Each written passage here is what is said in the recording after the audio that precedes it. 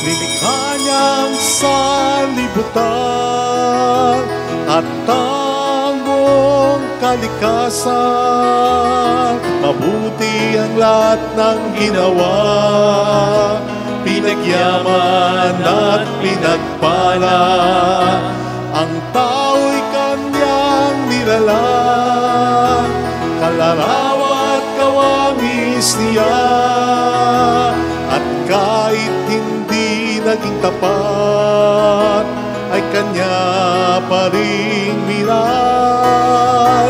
Halina tayong lahat ay umawit, sa Panginoon tayo ay magpuri, pagkat ating nakita ang dakilang pag-ibig ng Diyos.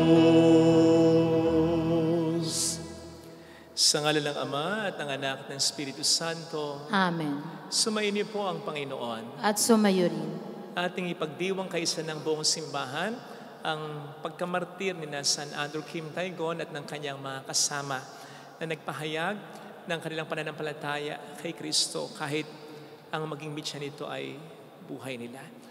Upang tayo maging marapat, halina't magsisimuna para sa ating mga kasalanan. Tayo pong lahat, inaamin ko sa makapangyarihang Diyos at sa inyo mga kapatid, na lubha kong nagkasala sa isip, sa salita at sa gawa, at sa aking pagkukulang. Kaya sinasamo ko sa mahal na Birheng Maria, sa lahat ng mga anghel at mga banal, at sa inyo mga kapatid, na ako'y panalangin sa Panginoong ating Diyos. Kaawaan tayo na mapagmahal na Diyos, patawarin sa ating mga sala, at patnubayan hanggang sa buhay na walang hanggan. Amen. Panginoon, kaawaan mo kami. Panginoon, kaawaan mo kami. Kristo, kaawaan mo kami. Kristo, kaawaan mo kami. Panginoon, kaawaan mo kami. Panginoon, kaawaan mo kami. Yumuko tayo, maaaring ibulong sa Panginoon ang ating intensyon. Dasal natin mga tumutulong sa atin, kaya hindi ng mga OFW, ang mga may sakit at ang mga nag-aalaga sa kanila. Manalangin tayo. Ama naming makapangyarihan, kami tugunin mo sa aming kahilingan ngayong sina San Andrew Kim Taegon at mga kasama ay aming ginugunita at pinararangalan upang kaming mga nagdiriwang ng pagkaparangal sa kanila ay makasunod sa kanilang katatagan sa pananampalataya. Sa pamamagitan ni Jesucristo kasama ng Espiritu Santo magpas sa walang hanggan. Amen. Ang salita ng Diyos mula sa unang sulat ni Apostol San Pablo kay Timoteo. Pinakamamahal, sa ngalan ng Diyos na nagbibigay buhay sa lahat ng bagay at sa ngalan ni Kristo Jesus na nagpatotoo sa harapan ni Poncio Pilato, iniuutos ko sa iyo ang mga tagubiling ito'y panatilihin mong mabisa at walang kapintasan hanggang sa pagdating ng Panginoong Hesukristo. Sa takdang panahon, siya'y ihahayag ng mapagpalang Diyos, ang makapangyarihang hari ng mga hari at Panginoon ng mga Panginoon.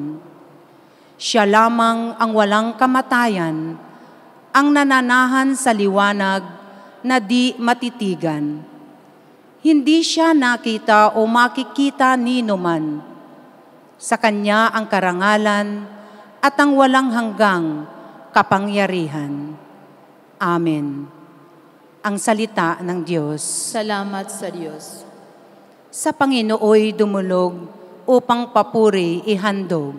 Sa Panginooy dumulog upang papuri ihandog. Umawit sa kagalakan ang lahat ng mga bansa. Panginooy papurihan, paglingkuran siyang kusa. Lumapit sa harap niya at umawit na may tuwa. Sa Panginooy dumulog upang papuri ihandog. Ang Panginooy ating Diyos, ito'y dapat malaman. Tayo'y lahat, kanya-kanyang lahat, tayong lahat na nilalang. Lahat tayo'y bayan niya, kabilang sa kanyang kawan. Sa Panginooy dumulog upang papuri ihandog. Pumasok sa kanyang templo na ang puso'y nagdiriwang, umawit, nagpupuri sa loob ng dakong banal. Purihin ang ngalan niya at siya'y pasalamatan. Sa Panginooy dumulog upang papuri ihandog. Mabuti ang Panginoon, pag-ibig niya'y walang hanggan. Siya'y Diyos na mabutit, laging tapat kailanman. Sa Panginooy dumulog upang papuri ihandog.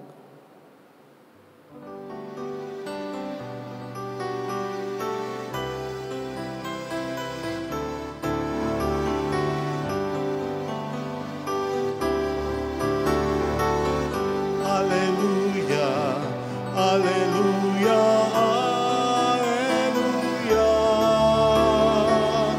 Alleluia, alleluia, alleluia, alleluia. Alleluia, alleluia, alleluia. Alleluia, alleluia, alleluia, alleluia.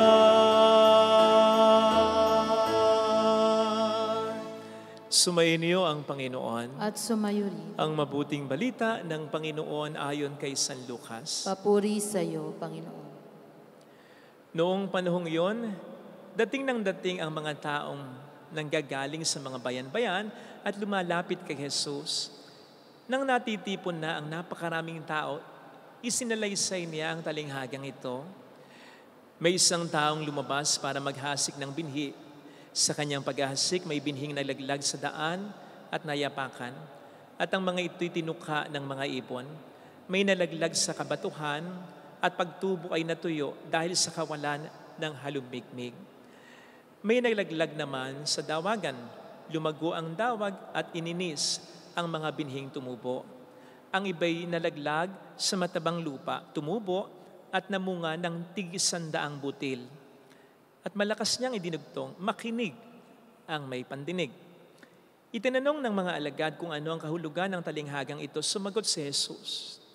Sa inyo'y pinagkaloob na malaman ang mga lihim tungkol sa paghahari ng Diyos. Ngunit sa iba'y sa pamamagitan ng mga talinghaga upang tumingin man sila'y hindi makakita at makinig man sila'y di makaunawa. Ito ang kahulugan ng talinghaga. Ang binhi ay ang salita ng Diyos. Ang mga binhing nalaglag sa tabi ng daan ay ang mga nakinig, ngunit dumating ang diablo at inalis sa kanilang puso ang salita upang hindi sila manalig at maligtas. Ang mga nalaglag sa kabatuhan ay ang mga nakinig ng salita at tumanggap nito ng may galak, ngunit hindi ito tumimo sa kanilang puso. Naniwala silang sandali, subalit sa panahon ng pagsubok ay tumitiwalag agad. Ang mga nahasik naman sa dawagan ay ang mga nakinig ngunit ng malaon ay nadaig ng mga alalahanin sa buhay at ng pagkahumaling sa kayamanan at kalayawan, kaya't hindi nahinog ang kanilang mga bunga. Ang mga nahasik naman sa matabang lupa ay ang mga nakinig ng salita. Iniingatan nila ito sa kanilang pusong tapat at malinis at sila'y nagtsatsaga hanggang sa mamunga. Mga kapatid, ang mabuting balita ng Panginoon. Pinupuri ka namin, Panginoong Hesukristo. Welcome sa Our Lady of Lasalle at Quasay Parish, kung saan ayos lang pong umiyak at samahan tayo ng mahal na Ines sa pag-iyak at sa pagdarasal upang maging maayos ang lahat.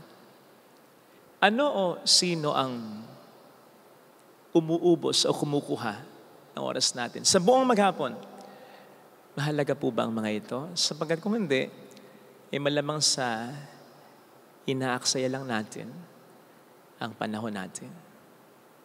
Lagi natin sinasabi sa Ingles, time is gold. Ang oras, panahon, minuto, segundo ay mahalaga. Because we only have a certain amount of it, kumbaga. Sabi nga natin sa Tagalog, pag oras mo na. Ang pera, mahalaga. Pero pag naubusan tayo ng pera, kapag gusto nating dumami ang ating pera, pwede tayong gumawa ng paraan kahit paano lang. At magkakaroon tayo ng pera. Lalago ang ating pera. Madadagdagan ang ating pera. Pero hindi natin yan po pwedeng gawin sa oras at sa panahon natin.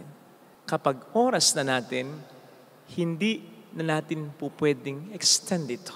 Hanggang doon lang talaga. Sa totoo lang, ang kayamanan natin ay hindi pera, kundi yung panahon, yung oras natin. At lahat tayo meron ito. Kung tutuusin, lahat tayo mayaman. May yaman. And that yaman is called time. Ito po ang dahilan kung bakit dapat maging wise din tayo in spending our time. Because time lost is time wasted.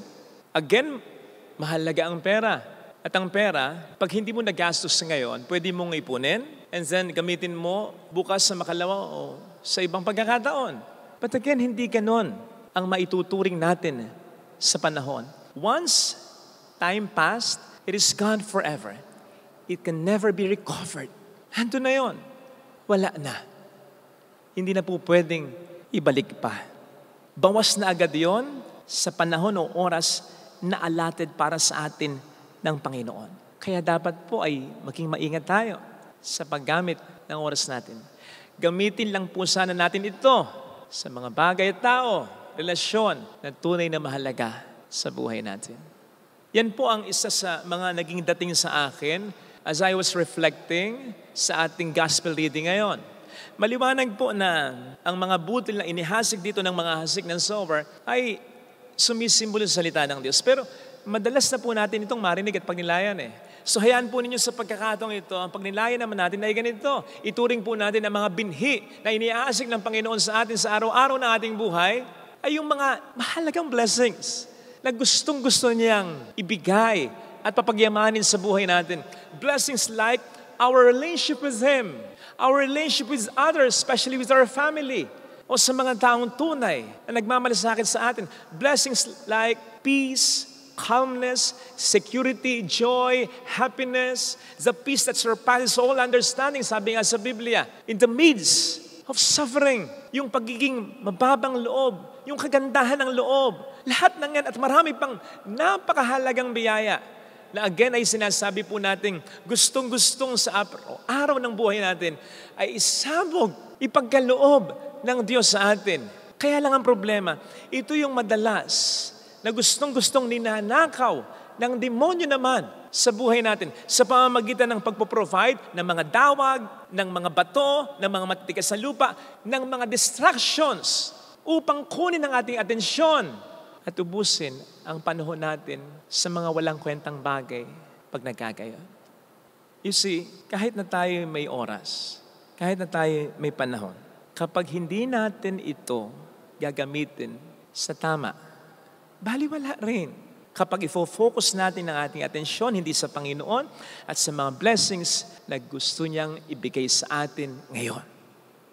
O tingnan po ninyo, as an example, just to make this light. Pag dumarating ang September, pag patak ng bear months, September, ayan, sino agad na naisip natin? Jose Marichan. Dahil famous siya sa mga pamaskong songs tulad ng Christmas in Our Hearts. Pero bakit ngayon? Anong petsa na? September 20 na. Matunog ba siya? Pinag-uusapan ba siya? Lagi bang sineshare ang mga memes tungkol sa kanya? Hindi. Bakit? Sapagkat yung atensyon natin naagaw ng mga maanumalyang flood control projects na yan. Nagtatampo na nga daw si Jose Marichan. Sabi nga daw po niya ay ganito. Dahil sa mga flood control na yan, nakalimutan nyo na ako. That's the power of attention. Kapag nakuha ng isang bagay, ng isang tao ang ating atensyon, doon na mauubos ang ating panahon. Kaya siguraduhin natin na mahalaga ang bagay at taong yan.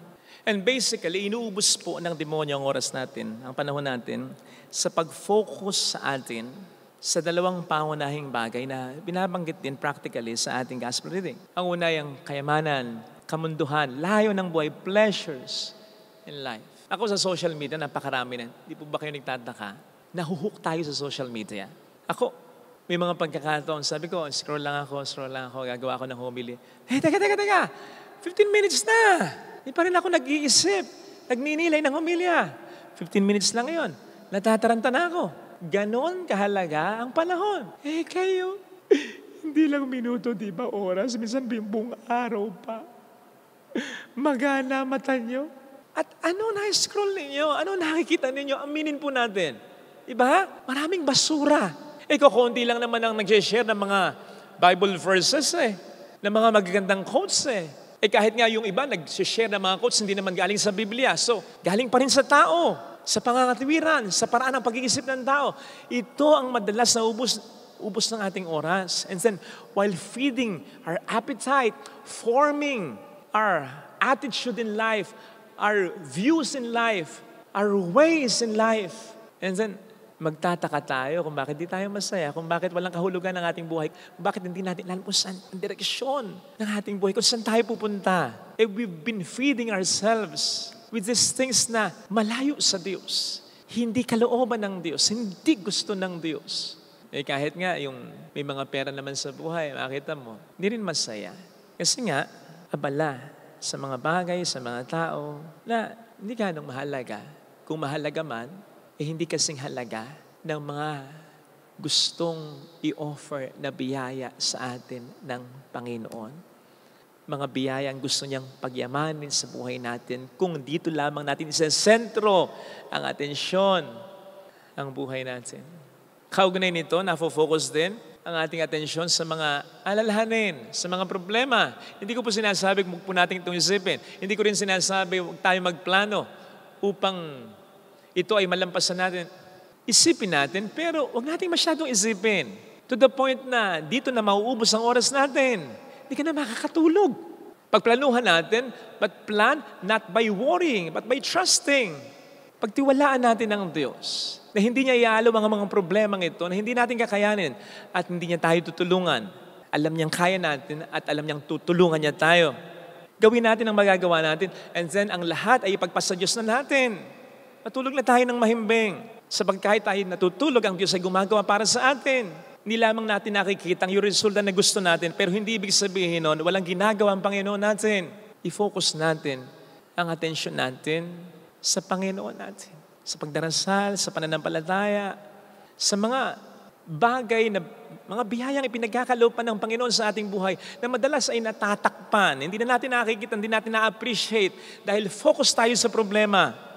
And when we do that, I assure you, hindi man mawala ang pag-aalala o takot natin, mababawasan ng malaki kaysa naman sa baligtad ang nangyayari.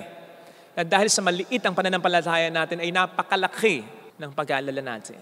You see, brothers and sisters, ito yung mga distractions na pinapadala sa atin ng Diablo para linlangin tayo.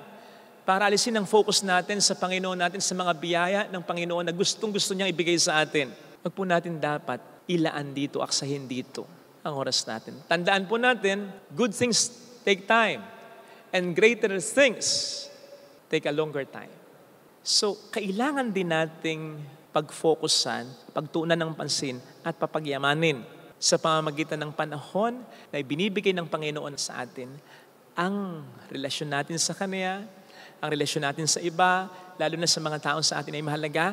Kailangan din nating papagyamanin ang mga ito and it will take some time. Kaya kung aksahin natin ang panahon natin sa mga walang kwentang bagay o sa mga bagay na may halaga nga pero hindi ganoon kahalaga, mababawasan ang oras natin para sa Panginoon at para sa mga tao na tunay natin dapat mahalagaan. Lagi kong sinasabi, we cannot have everything in life, but we can have the best things in life. Huwag nating isasakripisyo ang mga tunay na mahalaga sa buhay natin. Sila ang mas pagtuunan natin ng atensyon at ng pansin natin.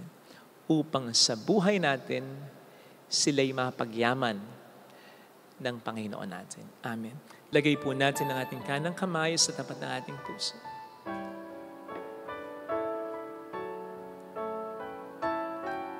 Awitin natin. Alam kong may magagawa ang Diyos.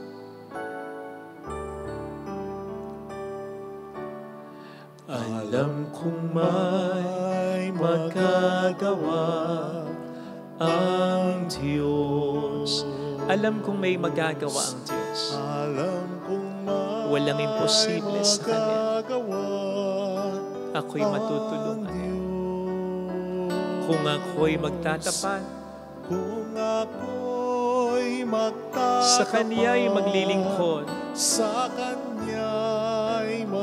Alam kong may magagawa ang Diyos. Maniniwala ako. magtitiwala ako. Alam kong di ringgin ng Diyos ang samo ko, sapagkat mahal niya ako. Ito ang dapat na paniwalaan. Alam kong di ringgin ng Diyos ang samo ko, sapagkat anak niya ako. Ito ang katotohanang kailanman na hindi magpapago. Kung ako'y magtatapat, sa Kanya'y maglilingkod.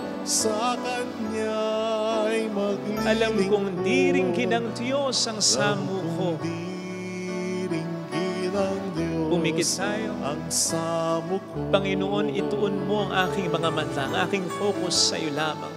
Sa iyong salita, sa iyong mga pangako na hindi magkakabula.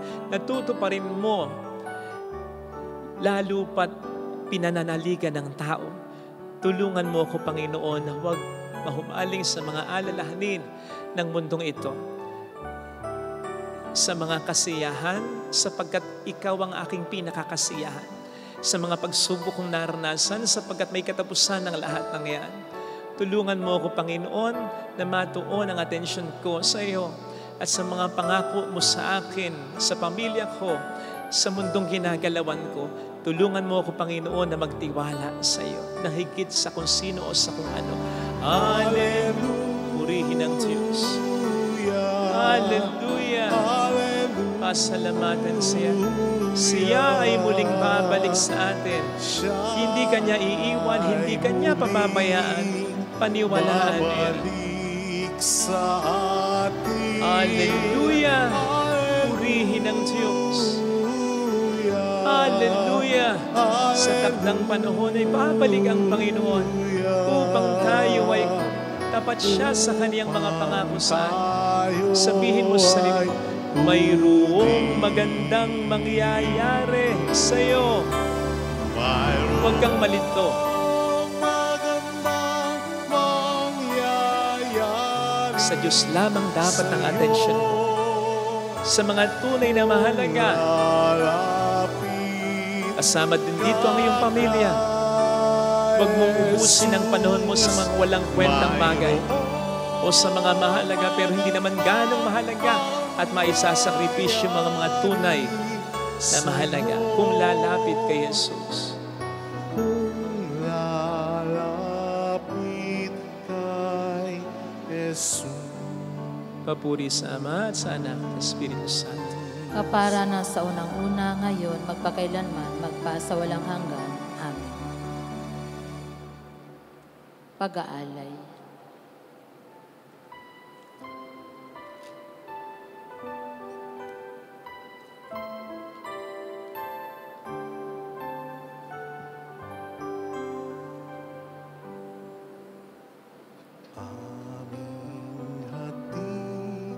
Sa harap ng altar, mga pagpapalang nagmula sa'yo, Ama. Pasasalamat sa biyayang natanggap, pagpupuri sa iyong harapan.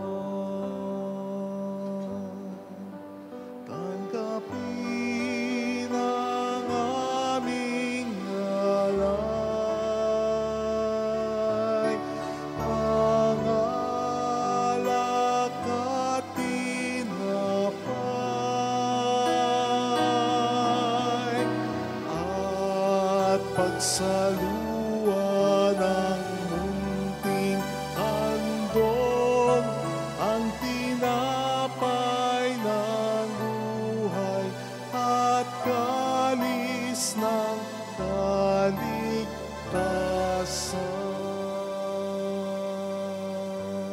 Manalangin tayo, pang ating handog ay maging kalugod-lugod sa Diyos Amang makapangyarihan. Tanggapin nawa ng Panginoon itong paghahain sa iyong mga kamay, sa kapurihan niya at karangalan sa ating kapakinabangan at sa buong sambayanan niyang banal. Ama naming lumikha, tanggapin mo ang mga alay na aming inihahain ngayong ginugunita namin ang mga banal na martir at ipagkaloob mong aming sambahin ang ngalan mo ng may katatagan sa pamamagitan ni Jesucristo kasama ng Espiritu Santo magpa sa walang hanggan. Amen. Sumainyo ang Panginoon. At sumayo rin. Itaas sa Diyos ang inyong puso at diwa. Itinaas na namin sa Panginoon. Pasalamatan ng Panginoong ating Diyos. Marapat na siya ay pasalamatan. Ama naming makapangyarihan, tunay ngang marapat na ikaw ay aming pasalamatan ngayong aming kagalakan na sina San Andrew Kim Taygon at mga kasama ay parangalan. Sila'y kapanalig naming may paninindigan na ikaw ay pahaya kahit sila'y mamatay, sapagkat minarapat mong kanilang matularan ang iyong anak na naghain ng sariling buhay. Tulad ng naganap sa iyong anak, ang dugo ng mga martir ay dumanak, hindi dahil sa katatagang likas, kundi dahil sa iyong bigay na lakas. Kaya kaisa ng mga anghel nagsiawit ng papuri sa iyo, nang walang humpay sa kalangitan, kami nagbubunyi sa iyong kadakilaan. Santo, Santo, Santo, Panginoong Diyos ng mga hukbo, napupuno ang langit at lupa ng kadakilaan mo. Hosana sa kaitaasan. Pinagpala ang naparirito sa ngalan ng Panginoon. Hosana sa kaitaasan. Ama naming banal, ikaw ang bukhal ng tanang kabanalan. Kaya't sa pamamagitan ng iyong Espiritu, gawin mong banal ang mga kaloob na ito upang para sa amin ay maging katawan at dugo ng aming Panginoong Hesukristo. Bago niya pinagtiis ang kusang loob na maging handog, inawakan niya ang tinapay, pinasalamatan kaniya, pinaghati-hati niya iyon, niabot sa kaniyang mga alagad at sinabi, "Tanggapin ninyong lahat ito at kanin. Ito ang aking katawan na ihahandog para sa inyo."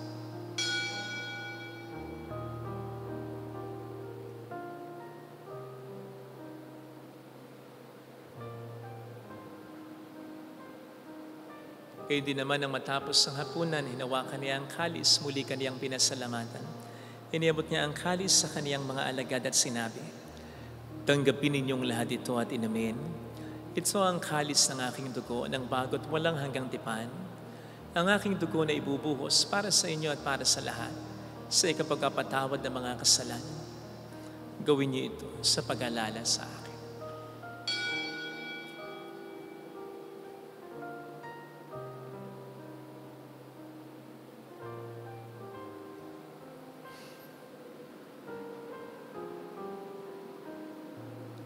Ipagbunyi natin ang misteryo ng ating pananampalataya. Si Kristo'y namatay, si Kristo'y nabuhay, si Kristo'y babalik sa wakas ng panahon. Ama, ginagawa namin ngayon ang pag-alaala sa pagkamatay at muling pagkabuhay ng iyong anak. Kaya inialay namin sa iyo ang tinapay ng buhay at ang kalis ng kaligtasan. Kami nagpapasalamat dahil kami iyong minarapat at tumayo sa harap mo para maglingkod sa iyo. Sinasamo namin kami na magsasalo sa katawan at dugo ni Kristo ay mabuklod sa pagkakaisa sa pamamagitan ng Espiritu Santo. Ama, lingapin mo ang iyong simbahang laganap sa buong daigdig. Puspusin mo kami sa pag-ibig. Kaisa ni Leon na aming Papa at ni Dennis na aming Obispo at ang Tanang Kaparian. Alalahanin mo mga kapatid naming nahimlay na may pag-asang sila'y muling mabubuhay, lalo na po ang aming ipagdarasal. Kaawaan mo sila at patuloyin sa iyong kaliwanagan. Kaawaan mo at pagkingtapatin kaming lahat na makasalo sa iyong buhay na walang wakas. Kaisa ang mahal na Birhen ng Lasalet, ang ina ng Diyos, San Jose ang kabiyak ng kanyang puso.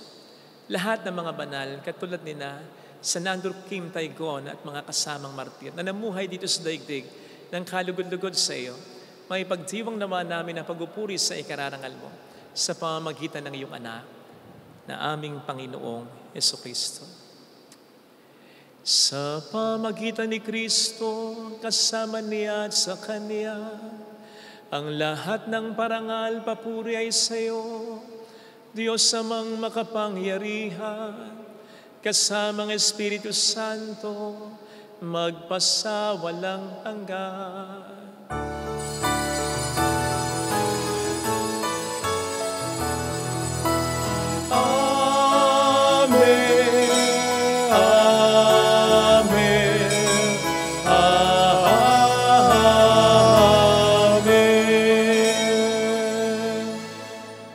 Tumawag tayo sa ating Ama.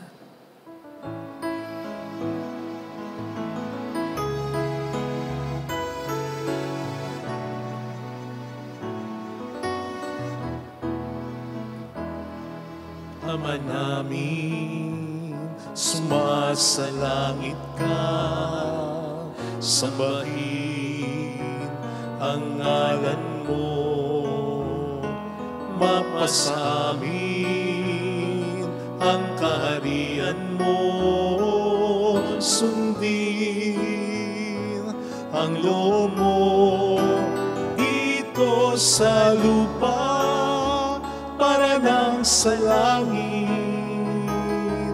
Bigyan mo kami ngayon ng aming kakanin sa araw-araw, at patawarin mo kami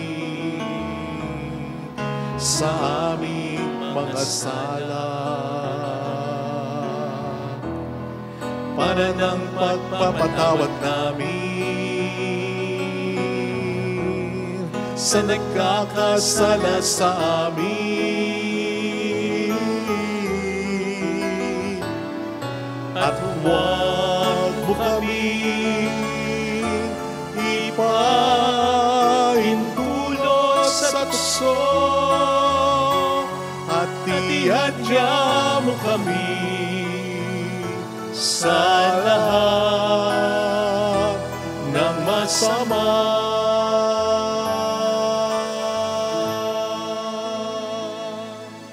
Iniling namin kami adya sa lahat ng masama, pagkalooban ng kapayapaan araw-araw, iligtas sa kasalanan sa kapahamakan sa mga seryosong karamdaman. Samantalang aming pinaghahandaan ang dakilang araw ng pagpapahayag ng tagapagligtas naming sa Heso Kristo. Sapagkat iyo ang kaharian, ang kapangyarihan at ang kapurihan magpakailanman. Amen. Panginoong Heso Kristo, sinabi mo noon, sinasabi mo rin sa amin ngayon, kapayapaan ang iniiwan ko sa inyo, ang aking kapayapaan ang binibigay ko. Tunghayin mo ang aming pananampalataya, wag ang aming pagkakasala. Pagkalooban mo kami ng kapayapaan at pagkakaisa ayon sa iyong kalooban, kasama ang Espiritu Santo magpasa walang hanggan. Amen. Ang kapayapaan ng Panginoon ay sumainyo nawang lahat. At sumayo rin. Magbigayan tayo ng kapayapaan sa isa't isa. Kapayapaan po. Kordero ng Diyos na nag-aalis sa mga kasalanan ng sanlibutan, maawa ka sa amin. Kordero ng Diyos na nag-aalis sa mga kasalanan ng sanlibutan, maawa ka sa amin. Kordero ng Diyos na nag-aalis sa mga kasalanan ng sanlibutan, ipagkaloob mo sa amin ang kapayapaan.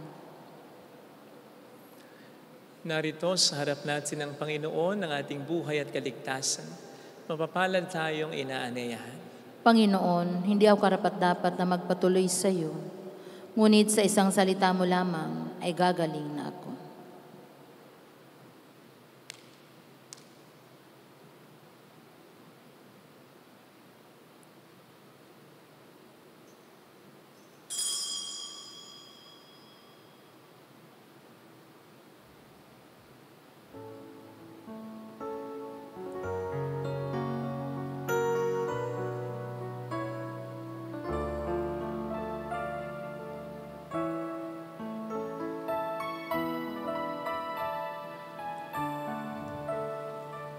Panalangin para sa espiritual na pakikinabang. Panginoong Hesus, ako ay naniniwala na ikaw ay nasa kabanal-banalang sakramento. Iniibig kita ng higit sa lahat at ninanasa kong tanggapin ka sa aking kaluluwa. Sapagkat sa mga sandaling ito, hindi kita matatanggap sa sakramento. Tumuloy ka sa espiritu sa aking puso. Niyayakap kita na para bang naririto ka na. Inaalay ko ng buong buo ang aking sarili sa iyo. Huwag mong hayaang mawalay ako sa iyo. Amen.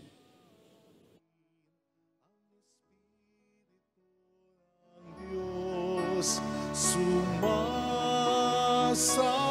akin ang Panginoon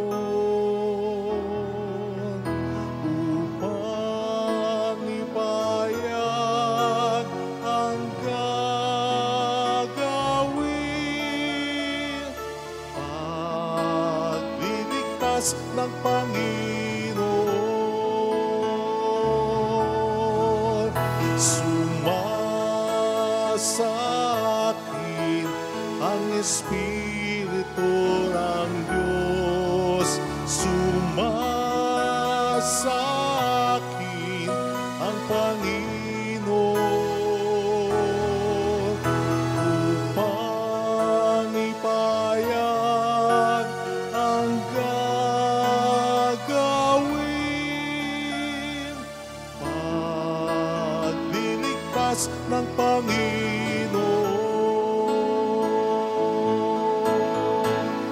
pagliligtas ng Panginoon.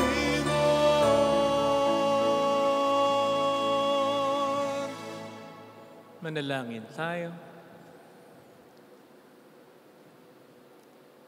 Ama naming mapagmahal, pinagniningning mo ang misteryo ng krus sa mga martir mong banal. Ipagkaloob mong kaming pinatatag ng banal na pakikinabang ay makapanatiling matapat kay Kristo sa pagmalasakit sa tanan, sa pamamagitan niya, kasama ng Espiritu Santo, magpas sa walang hanggan. Amen. Holy God, Holy Mighty One, Holy Immortal One. Have mercy on us and on the whole world. Holy God, Holy Mighty One, Holy Immortal One. Have mercy on us and on the whole world. Holy God, Holy Mighty One, Holy Immortal One. Have mercy on us and on the whole world. Jesus, King of Mercy, We trust in you. alalahanin, Alalahanin, o mahal na Birhen ng Lazaret, ina ng pag-asa. Ikaw ang nagpapaalala sa aming magbalik loob sa Ama. Ito ang nagpapatunay na ang kagandahang loob mo'y nanatiling busilak. Sa pag-aaruga mo sa amin, tungkulin mo'y tinupad. Sa paanan ni Kristo'y itinuring mo kaming mga tunay mong anak. Kaya ninais mong ni Isay huwag mapahamak. Maging sa iyong walang tigil na pananalangin, pati luhay pumatak. Huwag namang mawalan ng saysay ang iyong paghihirap.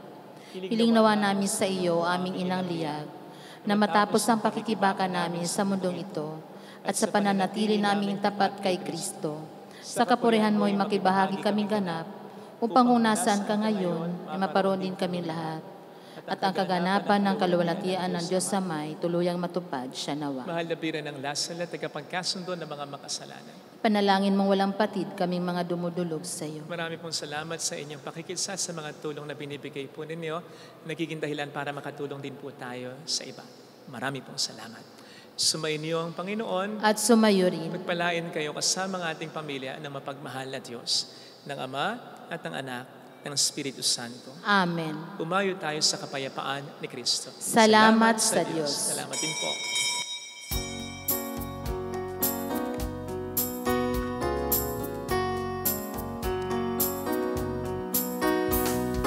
On this day, O Mother of our Lord, we sing you praise for lighting up our way.